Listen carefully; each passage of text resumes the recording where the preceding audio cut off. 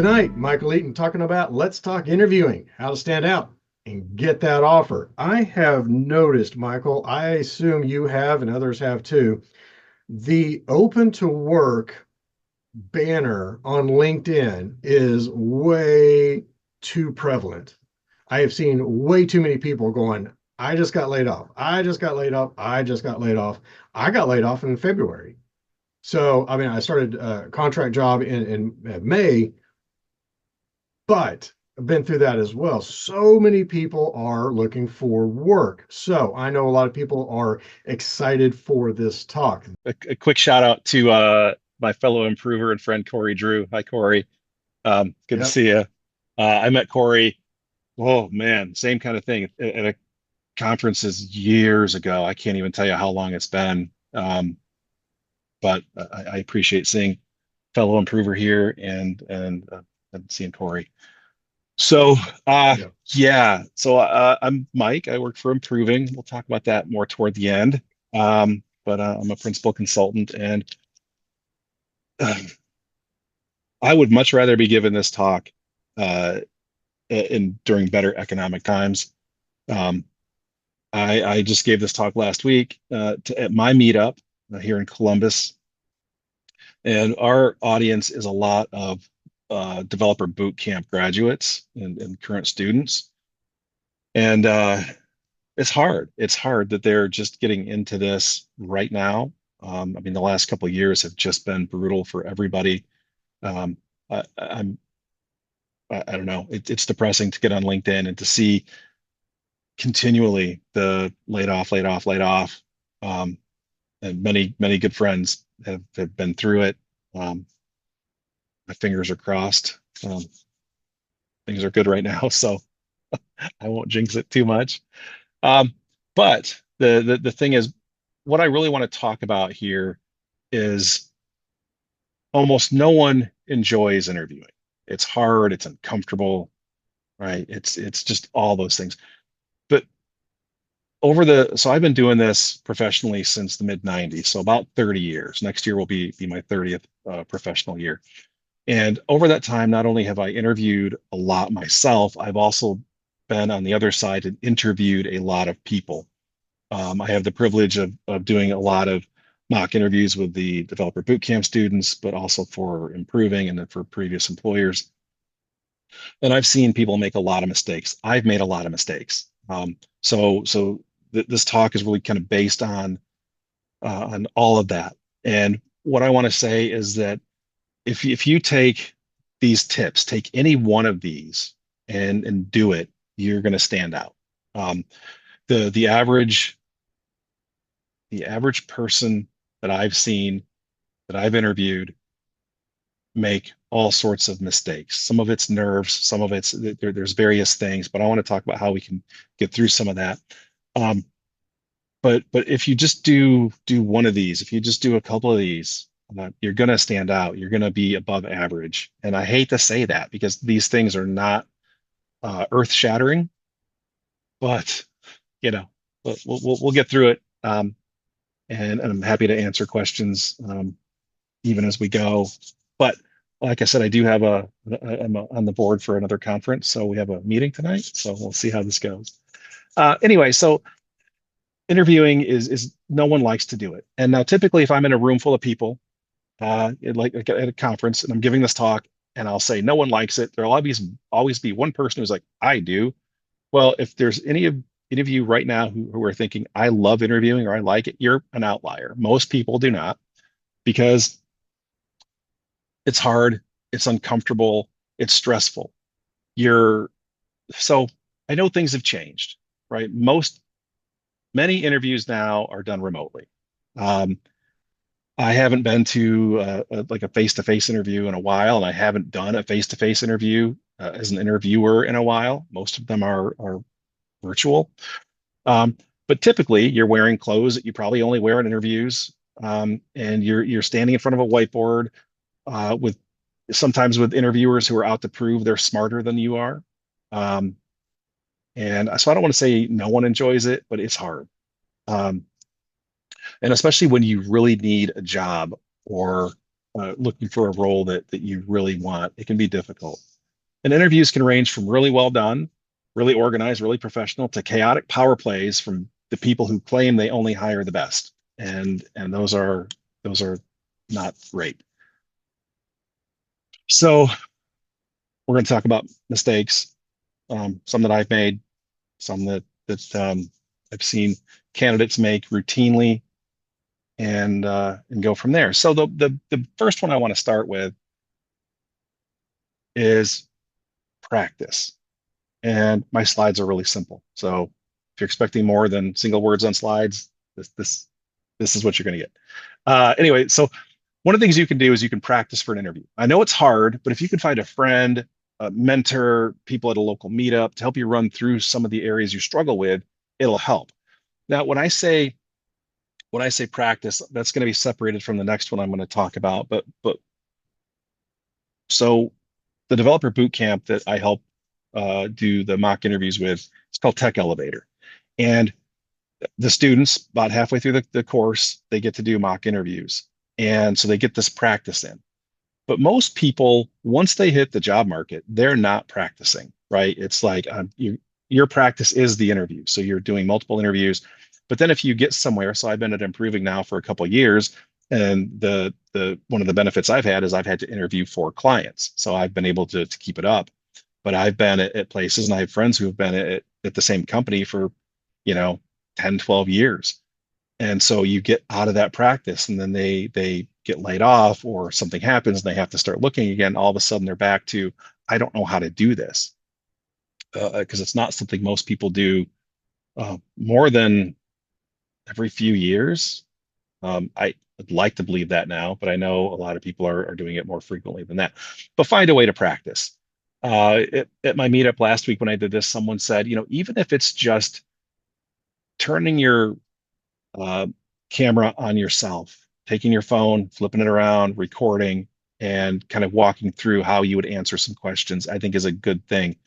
Um, a lot of times, like for talks like this, I'll write out the entire script. Now, I'm not saying to do that for an interview, because with an interview, you want to practice, but you don't want to sound rehearsed. I think that's a one thing that I've seen uh, interviewees do, what I've seen candidates do, especially the boot camp grads.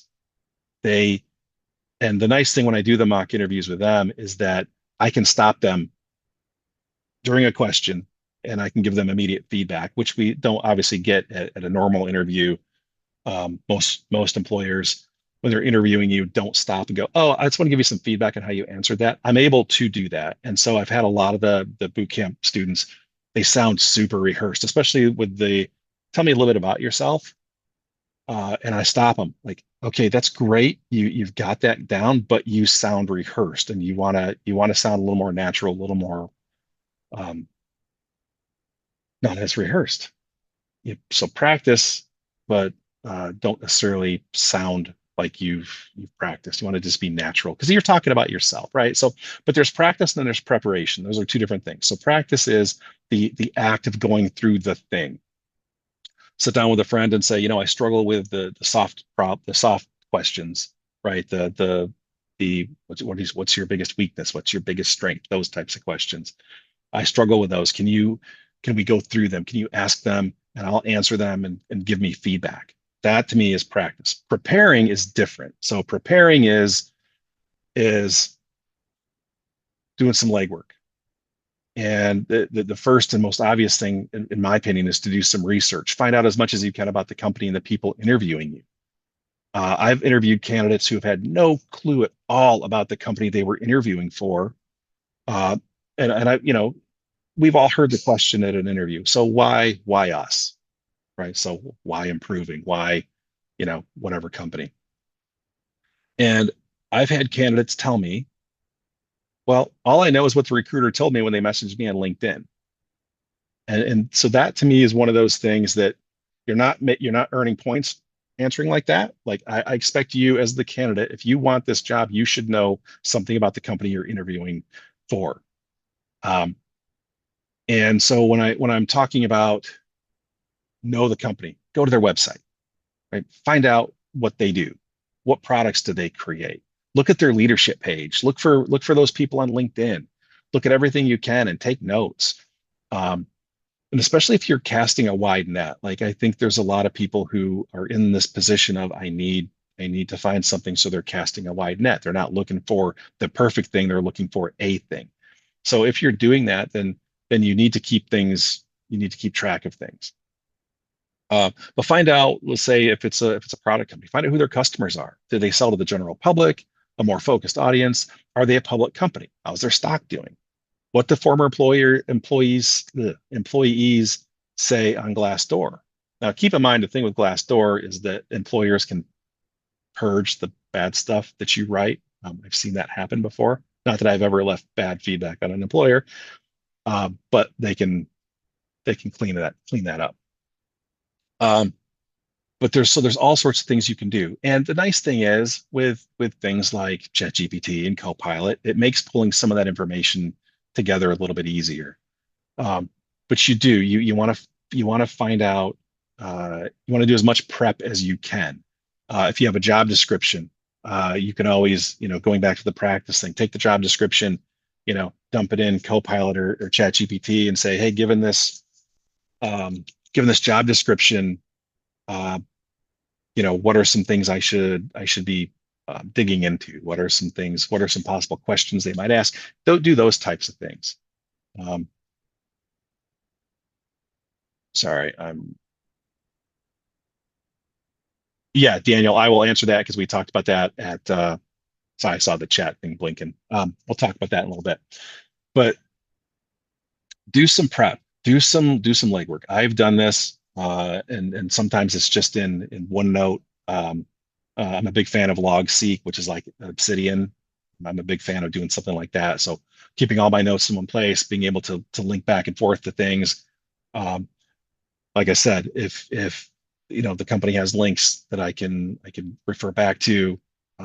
Quick story: one of my very first jobs back in the mid '90s, I was working for a body shop, right? Basically, just I was contracted out to be a body in a seat, and I get to this, and the client was literally like half a mile away from my apartment at the time, and I remember getting there, and they were explaining what they did. Now, I wasn't necessarily interviewing, so I was actually like, I had the gig, right? I was there, and I remember them saying, "So have you ever heard of us?" They were a commercial software company, and I said no, but I've heard of your competitor because it was terminal emulation software, and it's like no, but I've heard of whatever this other company was.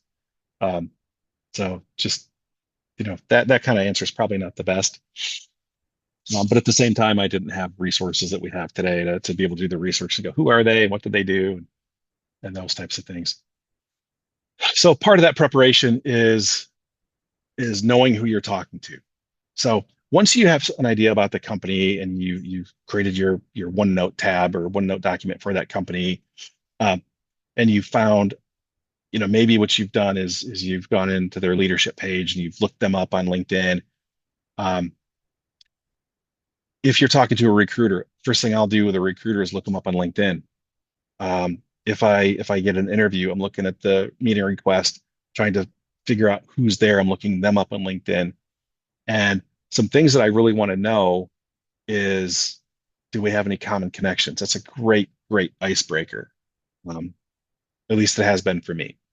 Your mileage may vary on that, but I want to know who I'm talking to. I want to be able to see if I know that I'm talking to a hiring manager. I want to look at their profile. I want to see where they've worked, what they've done. I want to be able to, as I'm talking to them, kind of not blatantly bring up, oh, I see you worked at so and so, but if I see they've worked with certain technologies, maybe I'll kind of focus on those types of things and maybe find that that commonality, something we can connect on. And it's always better if I do know a little bit about someone. I had a gig recently. This wasn't necessarily an interview, but it's the same concept where I had to talk to like a manager 2 or 3 levels higher than the one who I was reporting to at this client. And I went to LinkedIn. I'm like, this name sounds familiar. Went to LinkedIn. boom, like we are connected to all sorts of people. So as soon as we got on this call, it was just like an introduction call. I was like, hey, we've got a lot of common connections. I see, so this person, this person, this person, this person, this person. And he was like, are you from Michigan? I said, yeah, because that's where he was. But the software dev community in Michigan is really strong. Um, and so all these people we just knew. So, but those types of things can work out in interviews as well. And I want to know if the person I'm talking to is technical or not. Every little bit helps. Uh, if you can afford it during a job search, I'm not saying all the time, if you can afford it during a job search, pay for LinkedIn Premium. Um, it's helpful because you get more insight into who's looking at your profile. And I guess I should go back. I find a lot of value in LinkedIn. Some people don't. I find a lot of value in LinkedIn um, as a professional. Um, I don't use it like I would other social networks. It is kind of like here's my professional view of here's what I do. I share a lot of links. I do things like that. If you're not on LinkedIn, um, create a profile, keep your profile up to date. It always creeps me out to, especially with coworkers, with people I'm working with, to go check their LinkedIn and they haven't updated it since 2 jobs ago. Um, keep it up to date. You don't want it to look stale. But the thing about LinkedIn Premium is you have more insight into who's looking at your profile. So you'll get more than just the a developer at so and so company looked at it. You can actually click into reports and see specifically who. If they have it, they have to enable something in their end too. And most people either forget about it or they'll have it. The other thing cool too about LinkedIn Premium is, especially during a job search, is you also get LinkedIn Learning. Now, I'm going to tell you, I don't pay for it normally. Once a year, I get a month of LinkedIn Premium. I have it this month, and I'm using it for LinkedIn Learning. I think there's a lot of good content out there. But if you're in a job search, that content is good too. So not only can you be kind of keeping the act sharp, you can be using it for those other things that I mentioned. So you get the point. Don't go into an interview without knowing something about the company and the people you're going to be talking to. I think that's really important. And I have seen enough.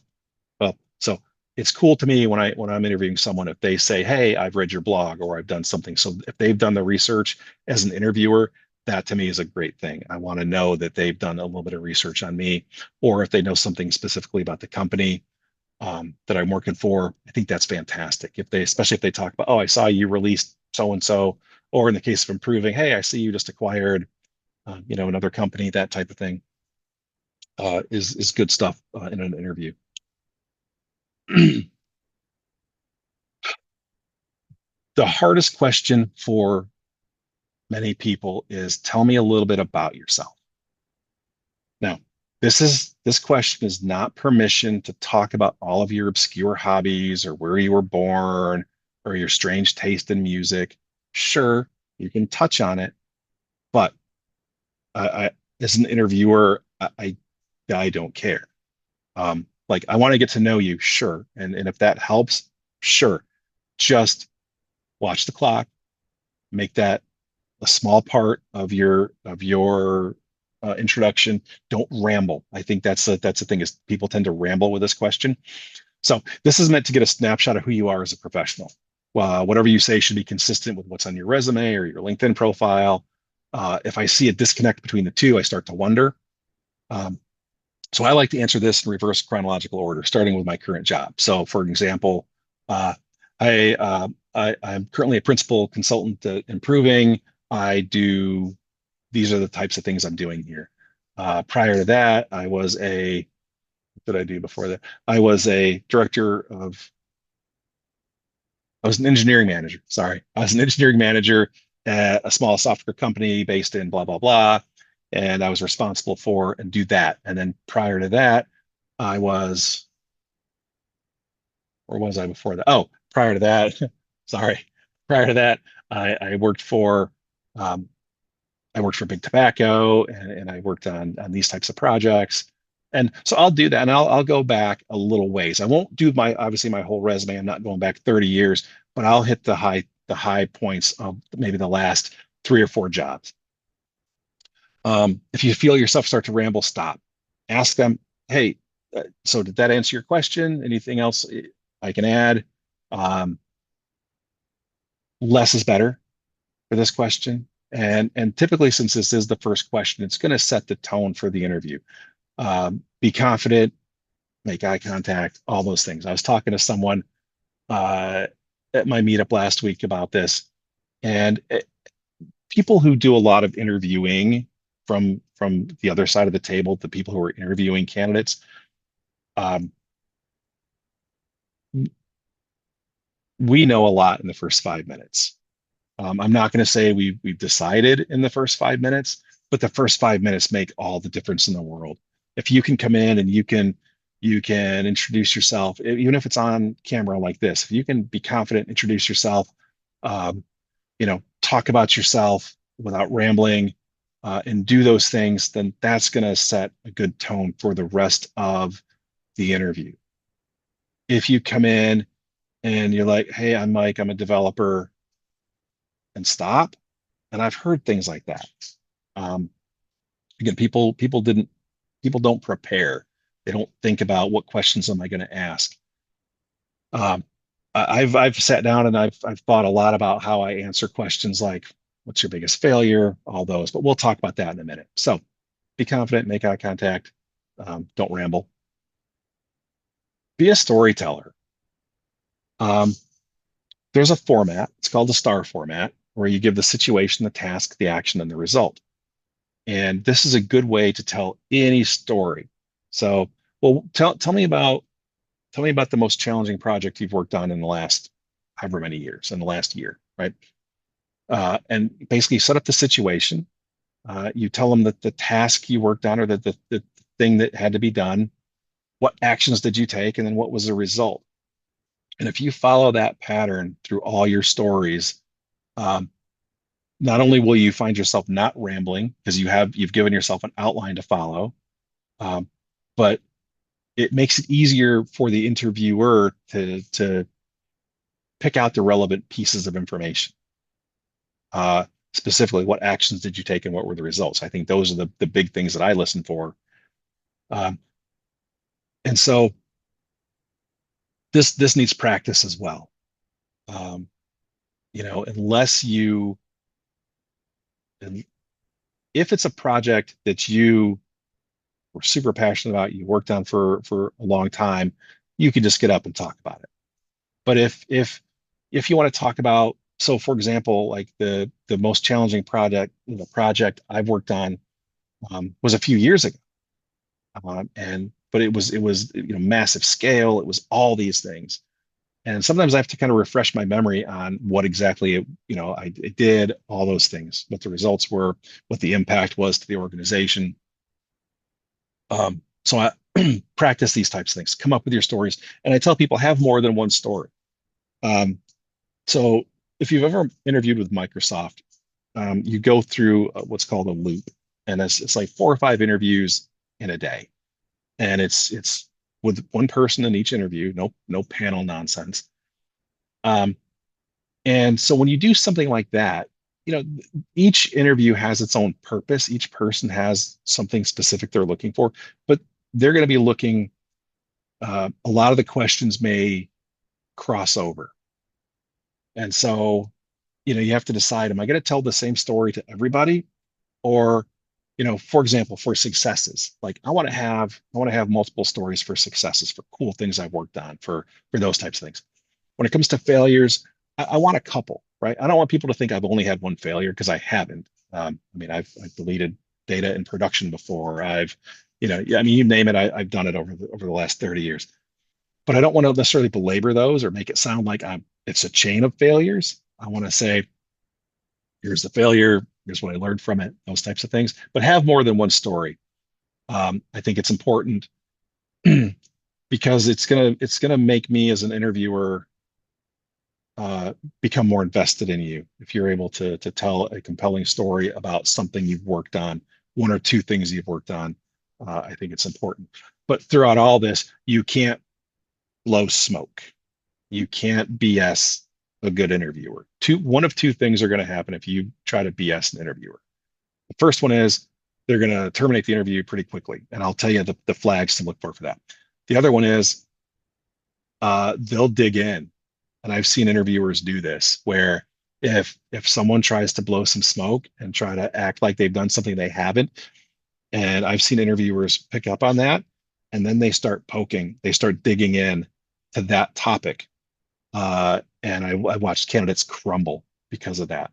So don't be us. Well, I grew up with my mom saying, it's better to tell the truth and get caught in a lie, right? I don't want to get caught in something. Uh, Back in the late 90s, I interviewed for Microsoft Consulting Services, and I had the recruiter prepped me before the interview. He said, do not hesitate to say, I don't know. Um, and that on that particular interview, I said, I don't know a lot. Um, but I will follow that up with further advice that is don't just leave it at I don't know. I don't know, and here's how I would fill that gap. Here's how I would find out. Right? That shows that whole, growth mindset, those types of things. You want to show that I might not know it right now. What am I going to do to make sure I do know it? So, for example, I'm never going to tell anyone I'm an expert at JavaScript. Never. In fact, there's something just came up recently, and they're like, oh, the job description looked perfect, and I'm like, oh, okay, that looks good. And then they came back and said, no, they want someone who's a React expert. I'm like, man, I've touched React, I've done a little bit, but no way am I going to try to interview for a full-on React role because no, it's not going to happen. So, but just don't BS. Just tell the truth. Be as direct as you can about what you did, what your impact was. Um, Try to avoid we did this, we did that. Even if it was a team effort, like, okay, if you tell me, well, we implemented a widget that saved the company $1 billion a year. Well, what was your part? Right? That's what I want to know. I don't want to know what we did because for all I know, all you did was, I don't know, write a comment and like I don't know, right? So just be careful you're not uh inflating yourself too much because like I said, a good interviewer is either going to go, I'm not talking to you anymore, we're done, or they're gonna poke until you wish you had just said, I don't know, or hadn't inflated things. The biggest mistake, the absolute biggest mistake, they're all big. If I had to list these in order of priority, they're all probably at the same level.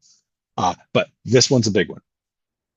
When an interview is coming to an end and an interviewer says, do you have any questions for me? The absolute worst thing you can say is no. That was my MO for probably the first 20 years of my career. No, I don't have any questions. I'm good, right? Um, so I've done it, been guilty of it. But two things. If you've done your research, right, if you've done that prep, then you should be prepared for this question. Do you have any questions for me or us? Uh, Two, if I can keep an interviewer talking, so for example, let's say an interview scheduled for 60 minutes and we're at minute 55 and they say, do you have any questions for us or for me? I'm going to say, hey, I see we have about 5 minutes left. Sure, I do have a question. And I'll ask them the question. And then depending on how long it takes, um, you know, the, and they say, well, do you have anything else? Because most good interviewers are going to keep feeding that until you say, no, I don't have anything else. But I'm looking at the clock. No, I have one more question. I see we only have a couple minutes left. Am I good? The the best, most productive interviews that I've had from both sides of the table have been when an interview has gone long. If I can keep them talking. Look, fact is, if you're a no-go, they're not going to want to keep talking to you. They maybe they won't even ask, do you have any questions? But they'll as soon as you've asked your first question, they may be okay, we're done. Okay. But if they're receptive to you continuing to ask questions, that's a good sign. That's a very good sign. I've had interviews go 15, 20, 25 minutes long as the candidate myself. And that's been a good thing. That's been a very positive experience, because it shows I'm engaged. It shows I've been thinking about um, these types of things. Now, what the questions are, you got to come up with that. Typically, I'll ask questions like, in the what does success look like in this role? In the first 3 months, what do I have to do to really, you guys get the picture. I'm not gonna go to Copilot or Chat GPT and try to find some good questions, but have questions prepped. Now, I will tell you, my if I'm interviewing you and it's a 60-minute interview and we're at 20 minutes and I say, do you have any questions for us? One of two things here. Either I want this to be done, you are never getting a job here, but I'm trying to be nice, or oh my God, you have absolutely rocked this. You have crushed this better than anyone I've ever seen, and I have nothing more to ask you, right? Most times it's like, okay, this is going nowhere, because you BS'd me, because you can't answer the most basic questions, right? There's any number of things here, but that's typically especially if I'm interviewing with someone, we'll work that out. That's our kind of our escape word, our escape phrase. So if one of us, if I'm pairing with someone on an interview and they bring it up, okay, then um, there's ways to short circuit it. So if I was pairing with someone to interview you, and they said, "Hey, do you have?" And we were 20 minutes into a 60, and they said, "Hey, do you have any questions?" I might say, "Well, hold on, I do have a couple more questions." Um, and it's going to again, I'll be paying attention to their body language to see how desperate they are to end this. But anyway, just keep those things in mind, but have questions. Um, to me, it's not a bad thing to keep the interviewer talking. If you're doing remote, where's my little sticky? If you're doing remote, typically I have a little sticky note up on my camera that says look up. So if you're doing a remote interview, and I'm not doing the best here tonight, I know that. But you should try to do your best to emulate eye contact, which is looking at the camera. Um, because if you're looking down or if you're looking over, which I know I've been doing tonight, so not the best model, but try to make eye contact. Um, what I've discovered is that if I have my own video on the screen, I don't right now, but if I have my own video on the screen, I tend to focus on that. I don't know why. Um, but I want to be making sure that I'm showing you the due respect, the candidate, and I want to make sure that if I'm being interviewed, that I want to show the interviewer that I'm paying attention, I'm focused, I'm present.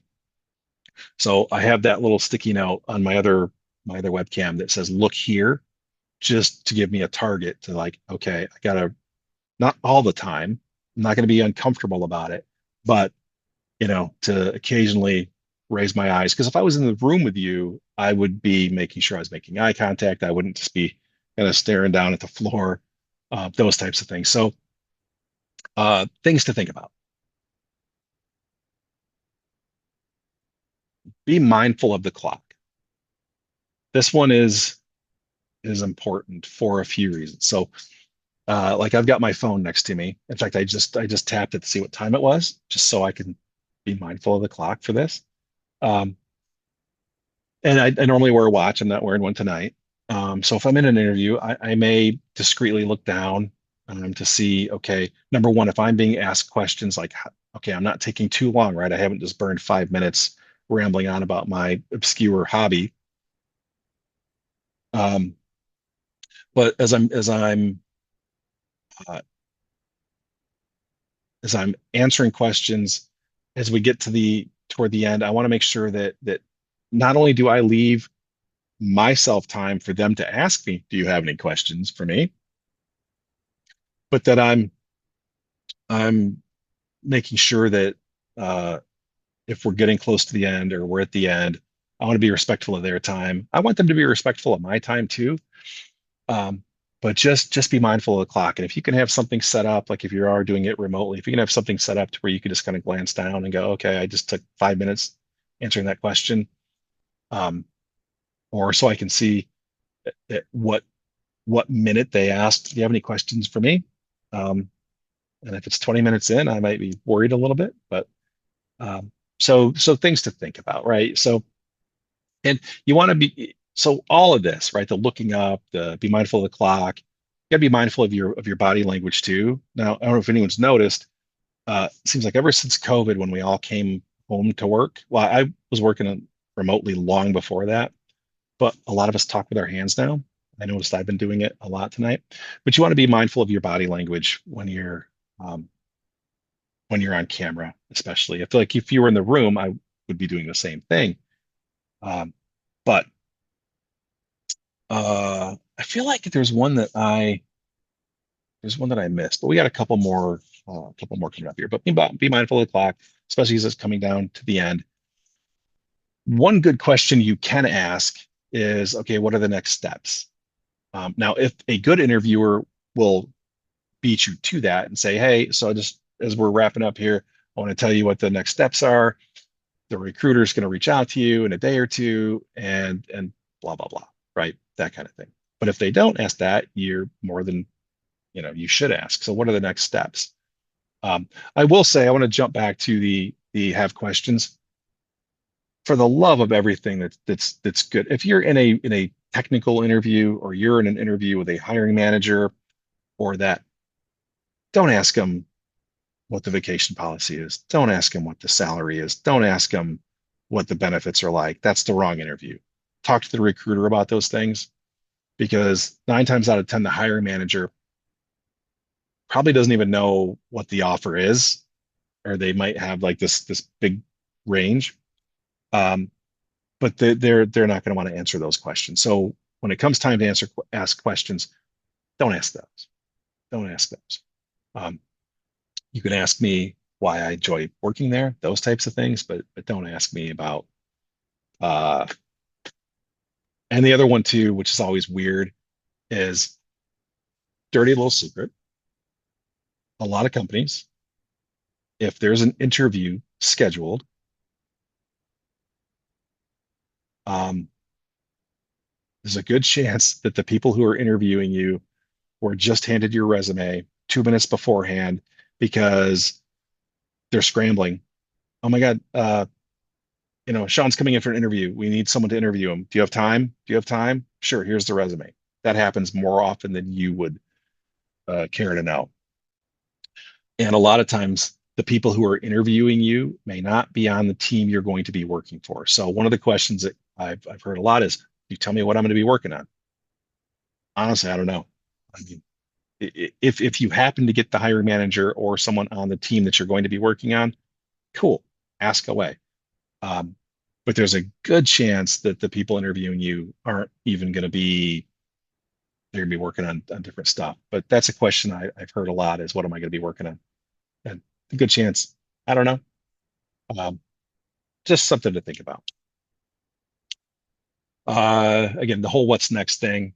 Um, I do always prep them with, okay, if you leave this interview and you realize you have some additional questions, feel free to reach out to the recruiter.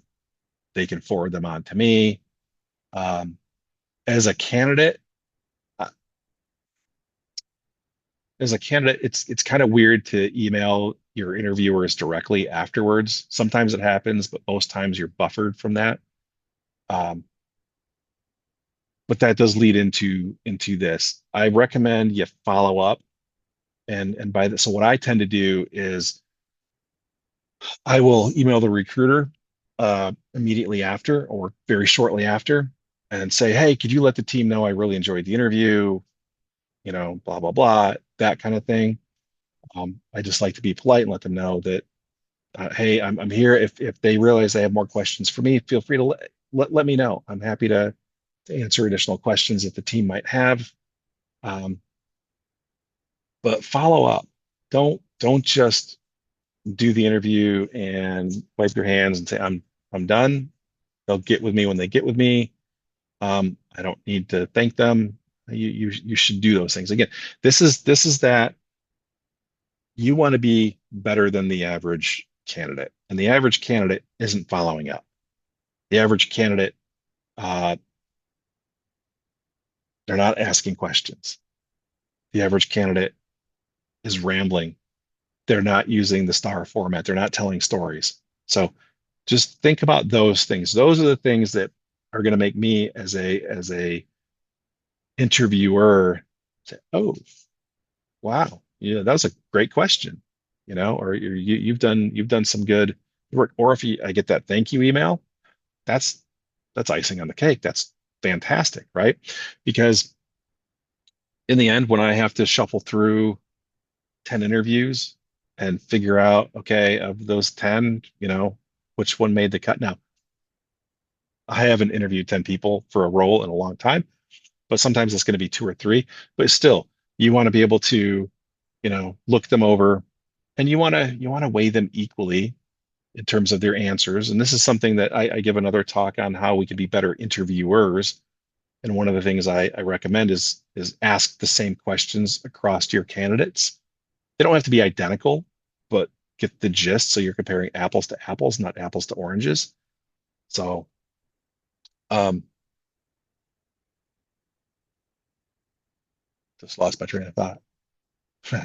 uh, anyway, so, oh, I know what it was. So, but in the end, if I'm looking at three candidates and they're all like equal, and the one like sent me this really shining thank you, being super respectful, they're the ones who did the things I mentioned in this. They're the one that I had talked an extra 10 minutes to at the end because they had such good questions. That's going to bubble them up to the top. Um, well, cruise through this. So happy to answer any questions I can. I'm just trying to think if there's anything I would add. Um, this is such a bad time. This is such a weird time for people. If you're actively looking for a job, actively interviewing, um, all I could say is I wish you the best of luck. I was just on LinkedIn today and someone wrote this, and who knows if it was true. I like to think it is. Someone wrote this really long post about how they interviewed for this job, something they really wanted. They went through 6 interviews and then they closed the position. And then they reopened the position and they reached out to the company and said, "Hey, I just went through 6 interviews. You reopened it." And they gave some weird excuse. And then they opened and closed the same role like a bunch of times over the course of a year. And so I know there's a lot of frustration for people who are actively looking. Um, Probably the best piece of advice I can give if we wanted to step back a little bit to just job search in general is your network is probably going to be your biggest asset. I know Sean can attest to this. I know Corey can attest to this. Probably many people here, but build your network, develop your network, maintain your network. And that means more than showing up at a meetup and shaking someone's hand or saying hi virtually. It means developing that relationship. I think that's one thing people miss when it comes to networking. They think I went to a conference and I shook someone's hand and I networked. And there's much more to it than that. Um, but build that network. Get to know people. Let your network know when you're looking. There's a book.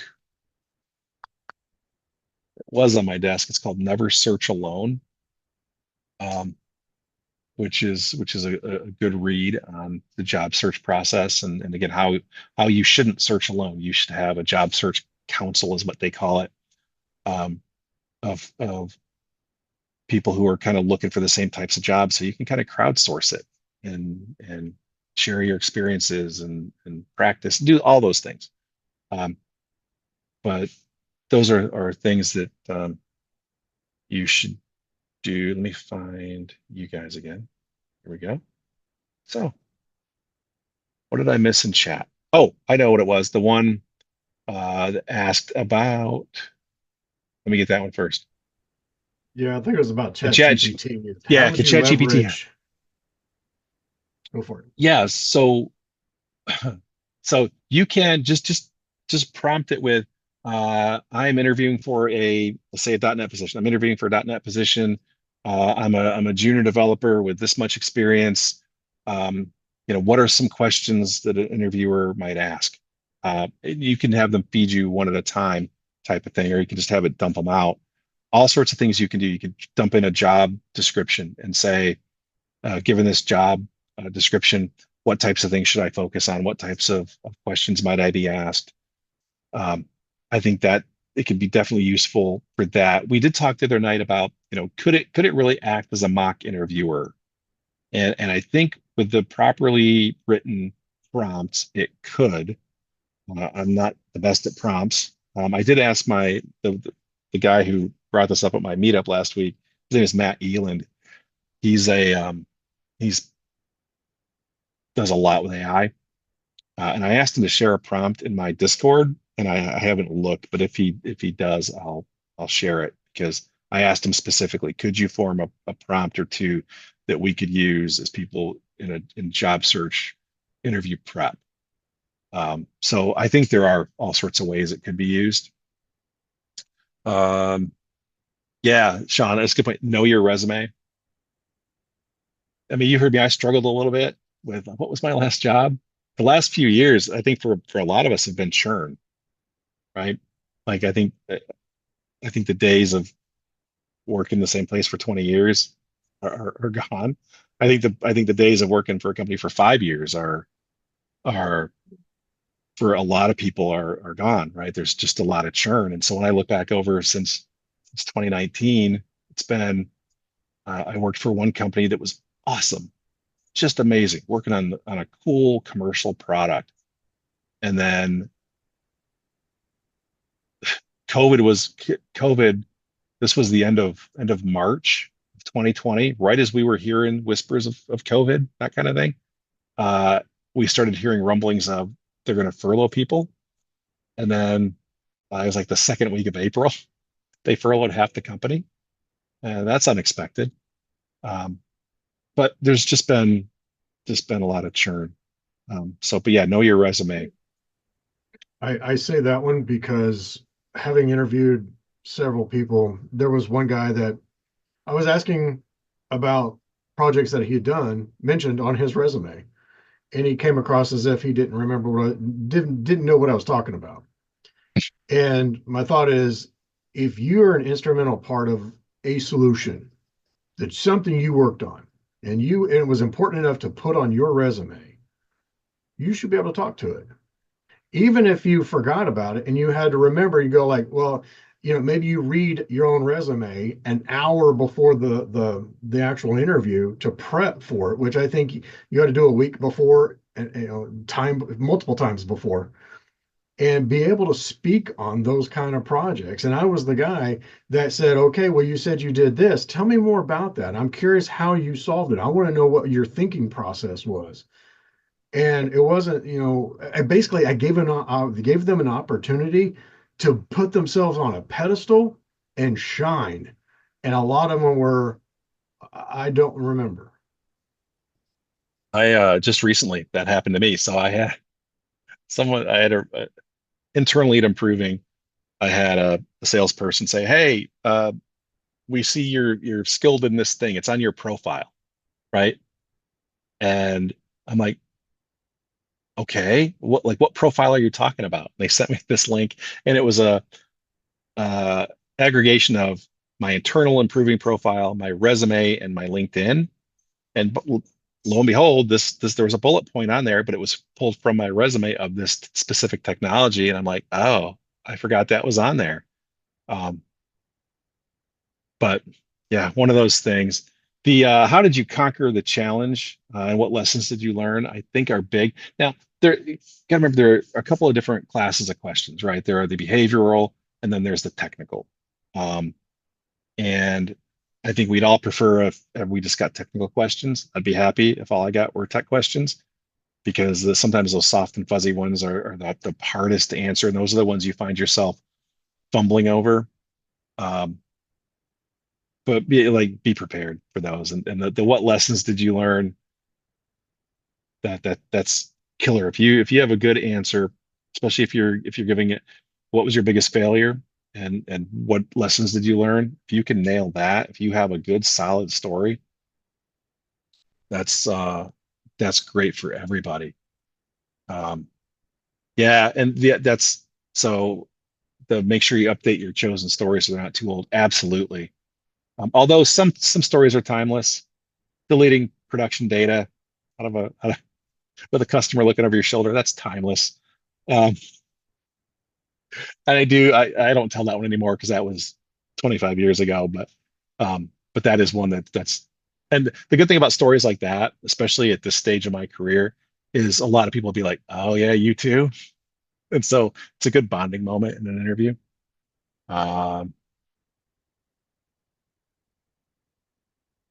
yeah, so um, as tech people, we tend to want to answer the question asked, and that may lead to terseness. Sometimes the questions don't lead you to speak much about yourself. So one thing I do want to say is sometimes you can turn it around. Like if they ask you a question that you don't want to answer, sometimes you can turn it around to to answer the question you wish they had asked.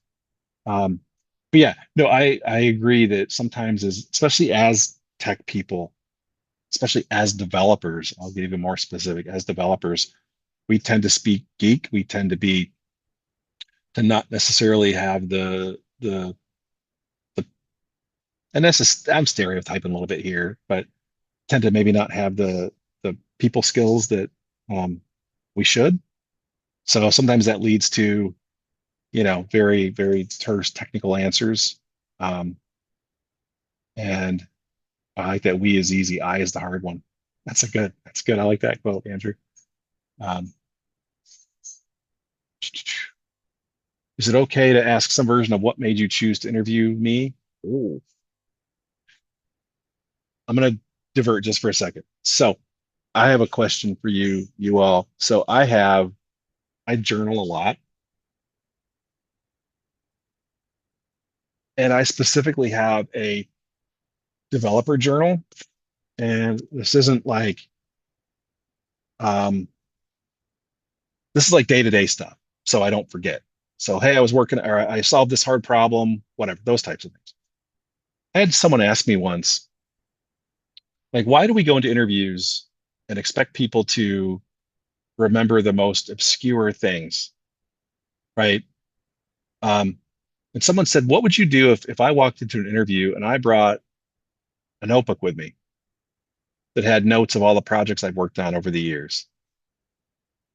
And it's what I'm still thinking about. I don't know what I would do, but so I'm curious, do you think that would be legit for a candidate to walk in with a notebook that they referred to occasionally during an interview so that maybe had outlines of their stories or maybe had, hey, here's this hard problem I solved. I want to be able to talk about it. Or do you think they should just have that crammed in their head and be able to spew at a moment's notice?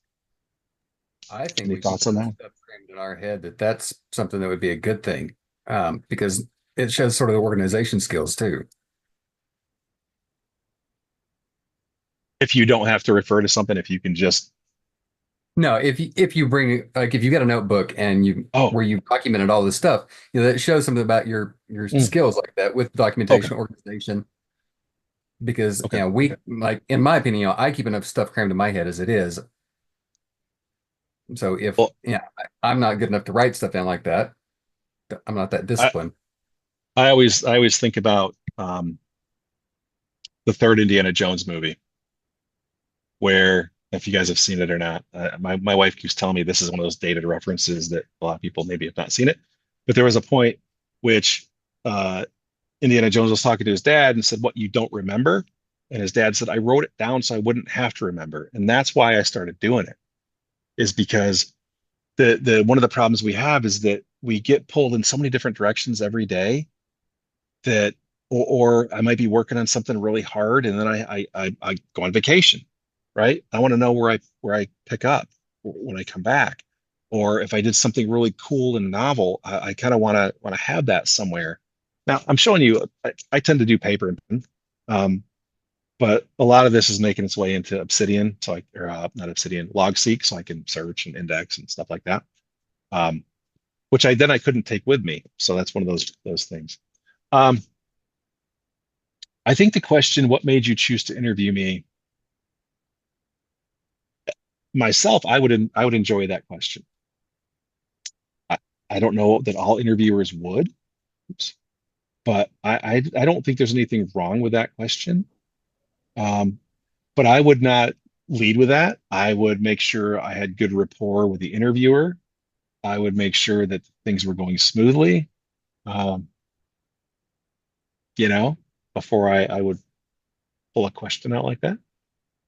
Um, Well, I meant it in the terms of something like that. Not that on the nose, but something mhm. like that. And it would likely be at the end when I'm asking questions about the company and what can the Yeah. workload and whatnot. Yeah. Yeah. No, no, for sure. I think a variation of that question, I wouldn't mind getting it. Because you wonder. Um, I know I have many times of like, well, why me? Um, Not only for the interview, but getting hired. Like, why? What did I do that was better than someone else, or what made me stand out? Um, Michael, Well, I like, wonder if phrasing is a key element of that, not along with timing. But if I was to go, Michael, I really appreciate the opportunity. I really appreciate this interview. I'm really curious, what was it that stood out of me versus so many of the other candidates? What was it that made me stand out so that that's helping me to get this interview? Or, something to that effect, right? And phrasing changing, but right. I'm gonna drop a link in for that book I mentioned. I did already on it's actually $1.99 on Amazon Kindle right now. Oh, Never Search Alone. Yep. Cool. Job yeah, Seekers I Playbook. just bought Oh it. yeah, I see it. I see it. Yeah, cool. I'm hoping it's good. It's weird. I know about that other book, Never Eat Alone, but I've never even read that. I just know it's another book on networking. So I got confused Yeah. when you said that. Yeah, no, I just heard about it this last year because a friend of mine's going through a search, and it's one of those. He's been out of work for he was out of work for months. And if you're going through that, I feel for you. I can't imagine how he's. I know it was a big hit on his morale and his whole thing. So, how much experience in technology is too little to put on a resume? Okay, so a lot of times, so when I worked for Rocket Mortgage back in the day, back when it was Quicken Loans, and we would always the tech screen. So you would go through a 30-minute tech screen before you came in for an interview. And on the tech screen, I didn't like this necessarily, but this might illustrate the how much is too little to put on a resume. We would ask people to rate themselves, and I know that's kind of awful, but and it was zero or one if you've never heard of it, 10 if you invented it. Okay, and with varying degrees. So one is I've heard of it. Two through five were like I have varying years of experience with it. And then the other ones were I've spoken at conferences on it, I've written a book on it, and of course I invented it. It always blew me away how many people we'd say, "How do you rate yourself on JavaScript?" 10. Oh, so you invented it. Nice. Um, but I wouldn't put anything on that I wasn't prepared to answer questions about. Right? Like I've done some React. That's not going on my resume. I mean, I'm not comfortable sitting down with someone who knows React and talking about it. It's not going to happen.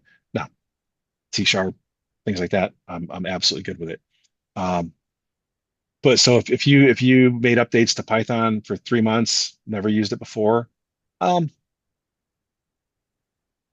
I might put it on if it's something you want to do in the future. If you want to do more Python in the future, I might put it on, and if it comes up, just be completely transparent. Hey, I used it for like 3 months. I did some things.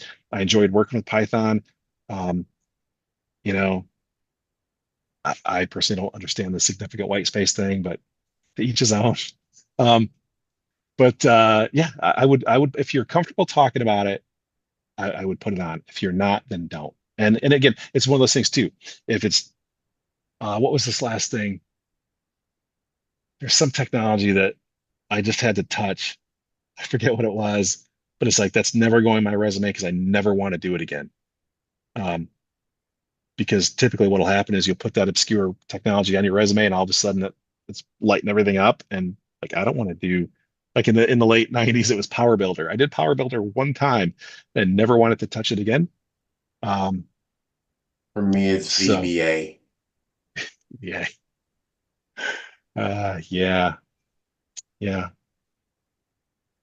I'm gonna keep doing questions, but I'm gonna switch slides to that's improving. That QR code will just take you to our website. Um, I'm not the best at selling the company. We basically do all the things, custom software dev and those types of things. Um, and just improving.com if you want to check it out. If you have any questions about it after this, feel free to reach out to me. Happy to answer questions about my experience at improving and the things we do and the things we can do. And again, feel free to keep asking questions. And then I'll just put this up here while we're here. Um, Happy to answer questions. I will tell you that this content is also in a blog post. So if you want to read it instead of listen to it or watch it, um, you can go to my blog, samestuffdifferentday.com and or .net. Um, and there's a couple articles on interviewing you can find that this talk actually started as the blog post. And then I plus slides around it. Here we are. So I lost you guys again. Any screens. Any other questions? Happy to answer. Any? Yeah,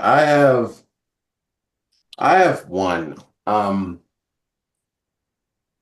I am trying to get work as a C# developer, but I've been actually doing VB.net these past, what, 6 years?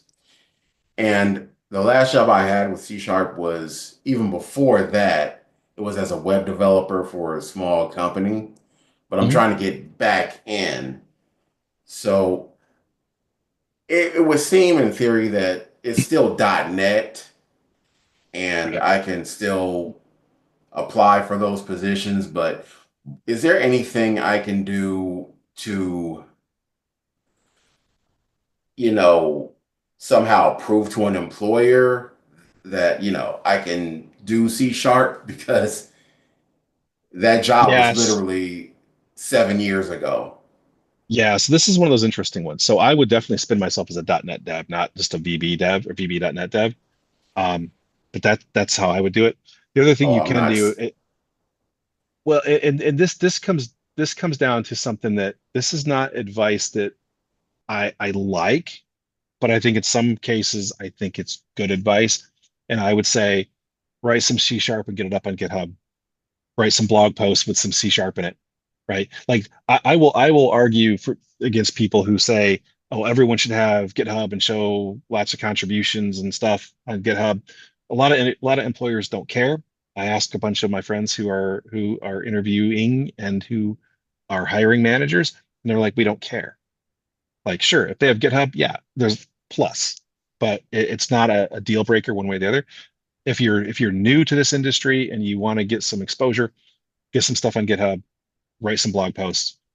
If you're in your boat, I would do what I could to show that I am equally skilled in C# as I am in VB by again writing some code, uh, putting it on GitHub, writing a blog post, and start a Medium account. They're free, right? If you want to blog there, you don't want to worry about setting up your own stuff.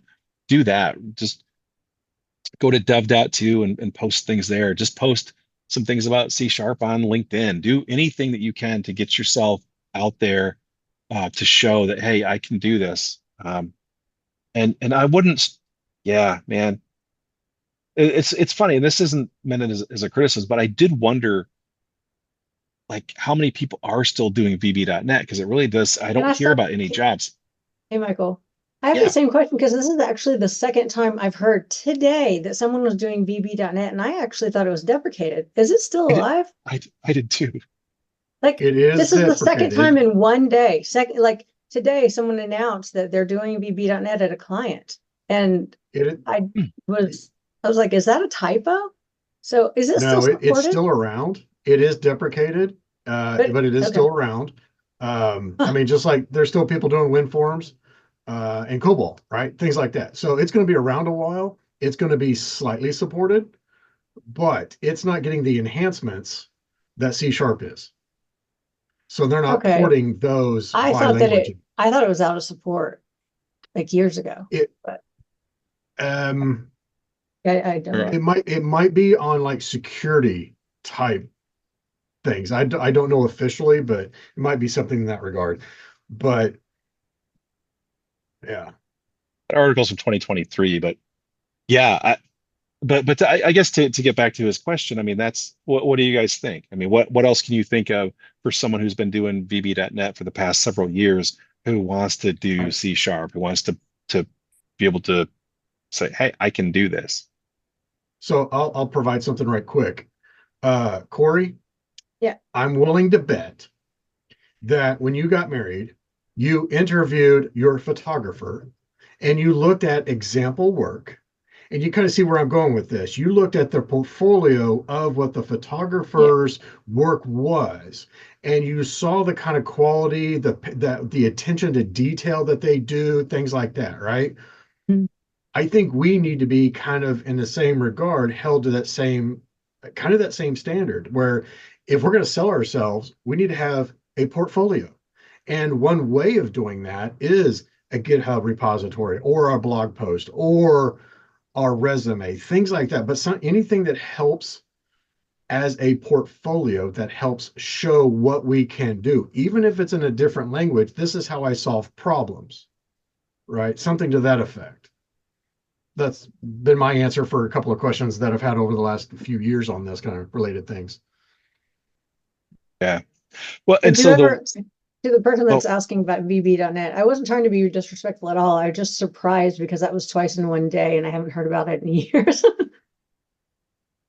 It's still out there because I remember I posted my a whole lot of my whole journey on Reddit. Some posts we wouldn't even talk about, some posts you wouldn't even know.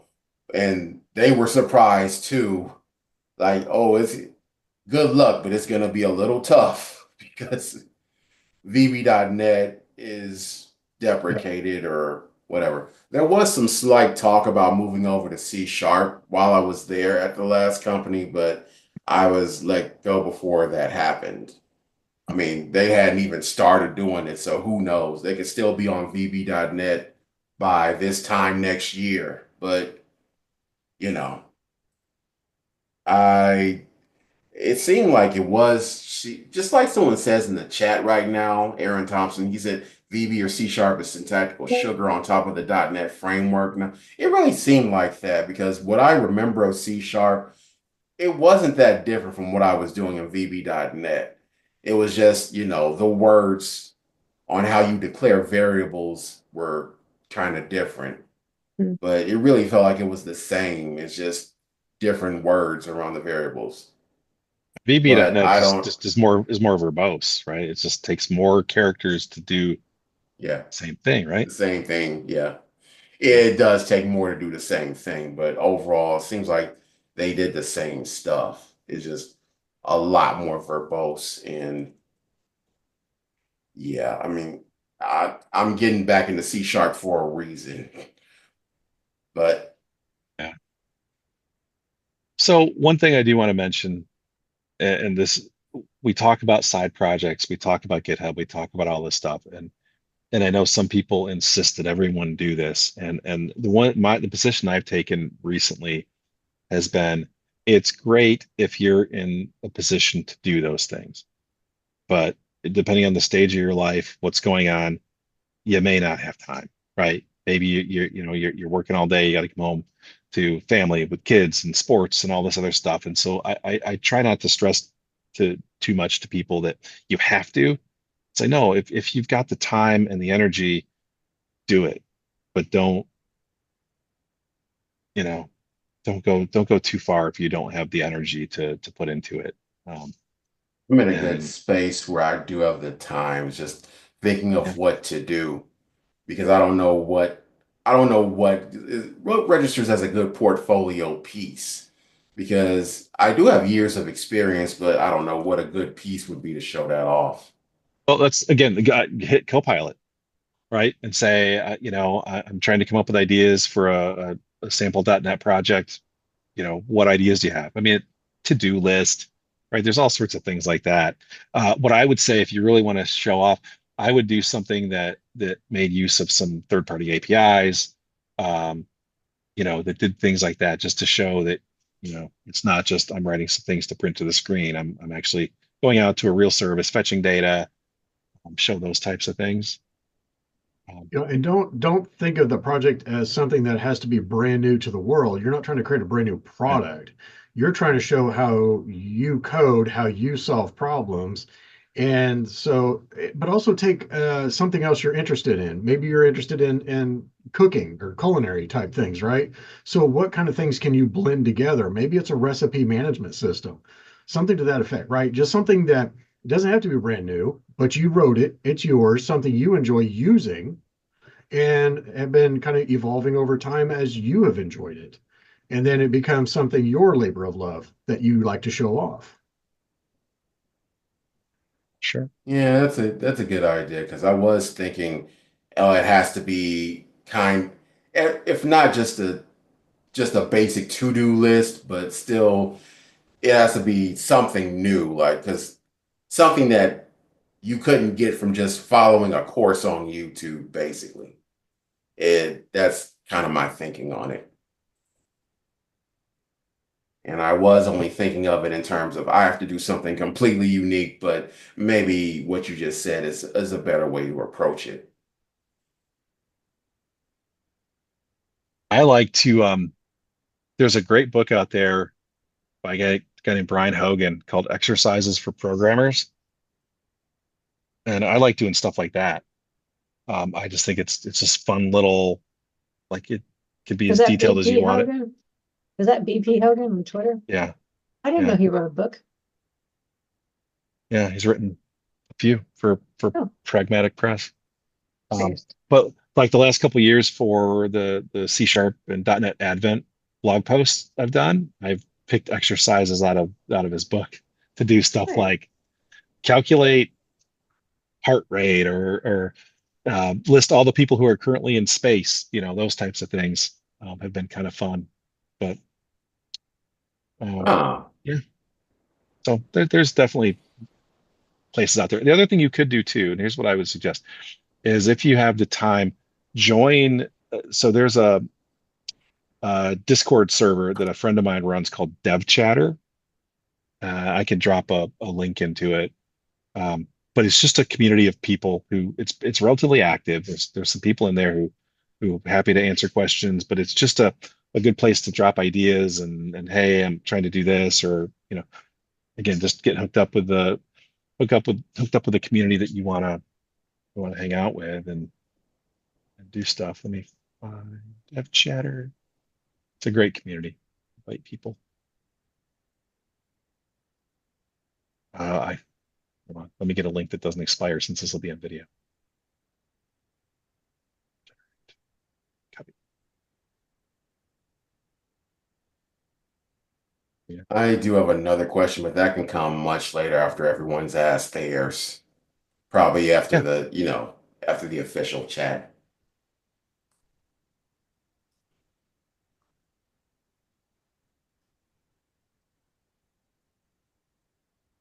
But Anything that's else? it from me.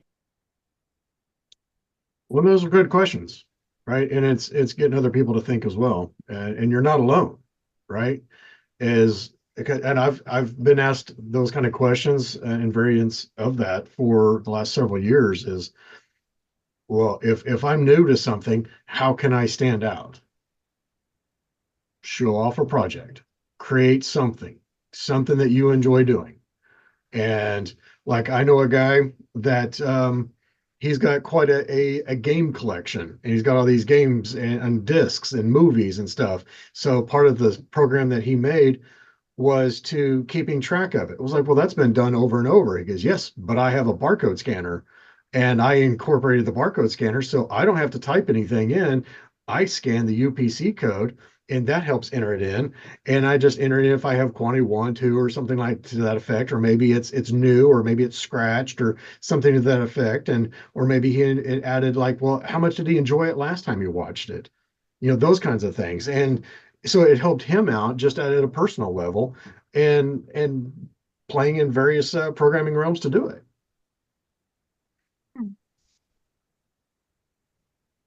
Yep. I like books.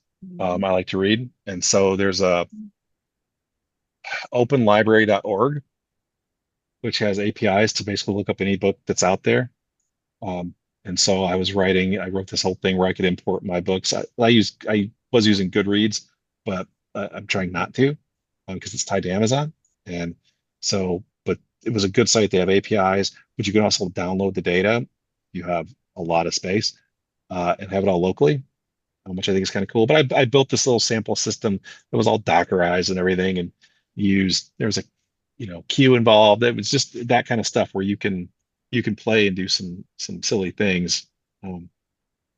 But I did it because I had an interview with Microsoft, and I blew the technical piece of it because I didn't give them. Their thing was, here's the requirements, write a production level app, blah blah blah. I'll only spend like 4 hours on it. Right? It's kind of dumb, but I remember I presented what I did, which wasn't terrible. But that was like the next day I was like, oh, now I know what they wanted, and that's what I started to build myself. Um, anyway, all sorts of things to do. Any other I would questions? also add right quick is learn from your failures. So if you don't get the job, what did you take away from it? Right. And if you have somebody critique your code, a friend, right, and have the friend that will critique it and give you honest answers, and that will give you that feedback and incorporate that, and you can only be stronger from it. So I think an important follow-up question when you were talking about, do you have any questions for us today, could be, what is your company's stance on tools like Copilot? Because I know that it assists so well. Like, I cannot believe how much plumbing it saves me. And if a company is hesitant to use tools like that, you're interviewing them too. And I think that's very important. You know what I mean? Like, I wouldn't want to work for a company who didn't support tools that made me more productive for them. So, I mean, what do you think about a question like that? Because I think it's very important. Real quick, when we say Copilot, are we talking GitHub Copilot or Yeah. the Rainbow Ribbon Copilot that comes with Microsoft? Okay. Okay. Well, I I'm talking I about, I'm grateful that the client that I'm working on right now gives us a subscription to GitHub Copilot, so we can plug it into Writer and VS Code and Visual Studio. Okay. Azure Data Studio, and I pay for my own GitHub Copilot, it's and worth every penny. I just started a new gig on Monday, and it has been the best pair because it's like Mhm. it's a new code base, and I'm not necessarily asking it, like I'm having issues like getting things built, and what's this error mean, and what should I do about Mhm. this, and it's been a Explain this nonstop feature. stream. Yeah. so that's Yep. a very fair question, Corey, because certainly as like you and Michael and myself used to using Copilot, and it's a great tool in the toolbox, right? Right, It's not the solve all, it's just another right. great tool. There's a friend of mine, I'm actually surprised he's not here tonight, but he works for a city government, and they are absolutely against AI assisted tools because they don't understand it. They also don't have the time to learn to understand it, to see if it how and how can it be safe for them. So I mean, he is that's a not red allowed to use it for flag a in while. an interview for the interviewee, I think. Might a But it's a city, great question to find out. A good question to ask.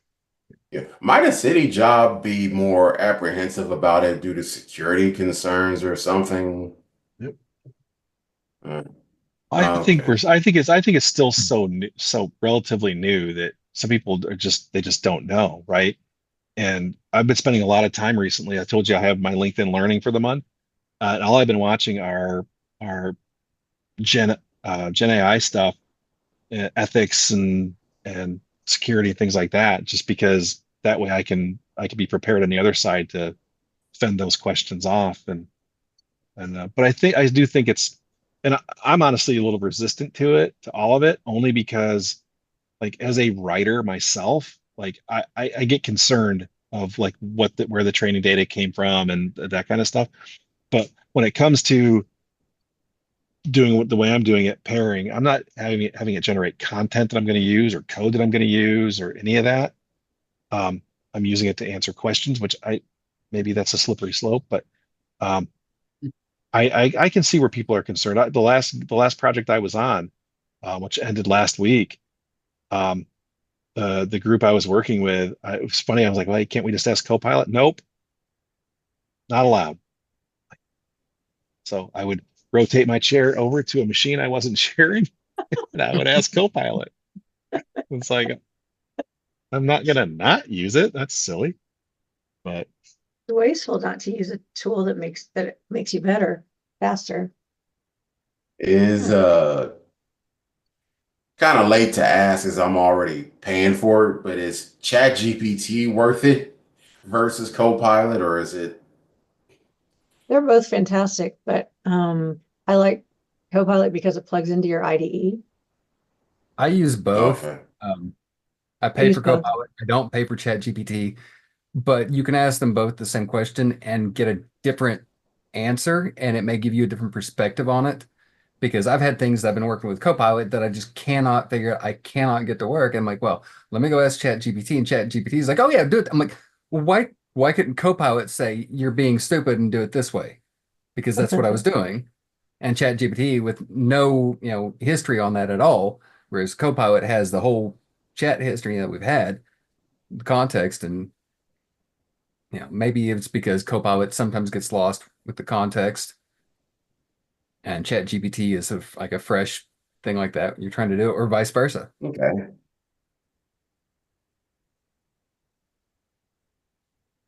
Yeah, cool. hey, Okay. I think I'm way late for this meeting. I think I'm gonna. I, I I appreciate you all, and I've enjoyed my time tonight. Um, but I'm gonna jump over to this other call. 2 seconds. All What's right. the best place to be looking for jobs right now? Best listing? LinkedIn for one. I have never used Dice or Indeed, so I can't really speak to those, but LinkedIn and your network. Find people that you know and who might know somebody else that's aware of a job opening.